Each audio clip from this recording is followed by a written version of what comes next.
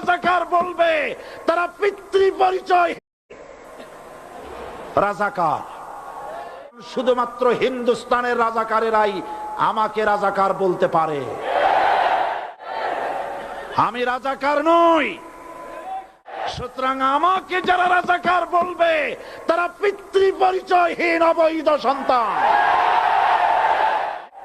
আমাকে রাজাকার বলে জনগণ থেকে বিচ্ছিন্ন করবা, জনগণ থেকে আমারে বিচ্ছিন্ন করা যাবে না।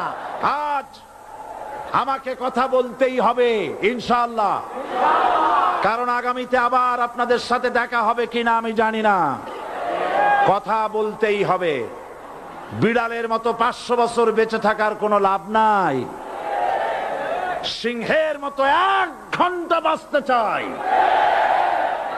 আমি দেখতে পাচ্ছি বাংলাদেশের ভাগ্য আকাশে উত্তর গগনে কালো মেঘ জমা হয়েছে।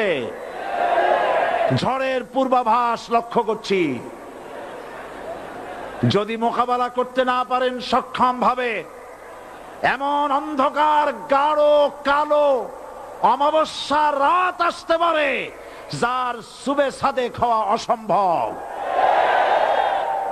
সুতরাং আপনারা কি কাপুরুষের মতো কাফের মুশরিকদের গোলামি করে মরতে চান?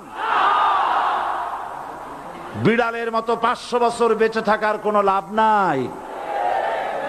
সিংহের মতো 1 ঘন্টা বাঁচতে চাই। তারপর বলছে কি, এরপরে বলছে আমাকে বলছে রাজাকার। শুনে রাখো চট্টগ্রামের লক্ষ লক্ষ জনতা, পার্লামেন্টে যখন আমাকে এই কথা বলা হয়েছিল, আমার পার্লামেন্টের কলিগ জাফরুল্লাহ চৌধুরী সাহেব বসে আছেন এখানে। হ্যাঁ, জাফরুল ইসলাম চৌধুরী বসে আছেন পাশে। প্রধানমন্ত্রী সুদ্ধা, অন্তত 3 শতাধিক পার্লামেন্টের সম্মানিত সদস্যরা সেদিন বসা। 1997 সনের বাজেট বক্তৃতা যখন আমি করতেছিলাম, ডক্টর কুদরতে খোদা, নাম রাখছে কুদরতে খোদা, আসলে গজবে খোদা। এই লোকটি নাস্তিক, ইসলামের চূড়ান্ত দুশমন।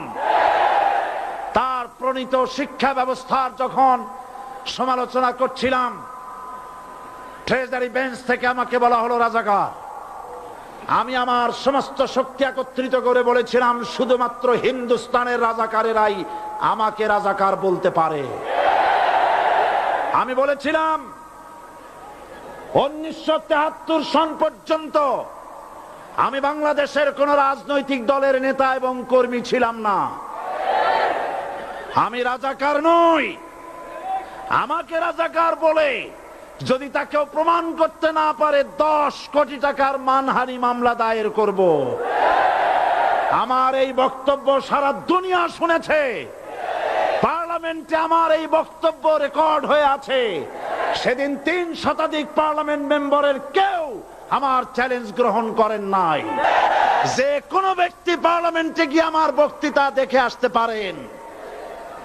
এরপরে 1997 সনের 7ই অক্টোবর দৈনিক জনকণ্ঠ পত্রিকা যখন আমার বিরুদ্ধে লিখলো, সেই পত্রিকায় সাইদির ওপেন চ্যালেঞ্জ 8ম পাতা, 1997 7ই অক্টোবর, এত বড় 2 কলমে হেডিং। সেখানে আমি বলেছি বাংলাদেশের সকল সাংবাদিক, গোয়েন্দা বিভাগ, বাংলাদেশের সকল বুদ্ধিজীবীকে আমি আমার পিরোজপুরে আমন্ত্রণ করছি। আমার উপস্থিতিতে যদি কেউ প্রমাণ করতে পারে বাংলাদেশের স্বাধীনতা যুদ্ধের বিরুদ্ধে আমার কোনো ভূমিকা ছিল, সজ্ঞানে স্বেচ্ছায় জাতীয় সংসদের সদস্য পদ থেকে পদত্যাগ করব। 3 বছর পার হয়ে গেছে, আজ পর্যন্ত কেউ এই চ্যালেঞ্জের মোকাবেলা করে নাই। সুতরাং আমাকে যারা রাজাকার বলবে তারা পিতৃ পরিচয়হীন অবৈধ সন্তান।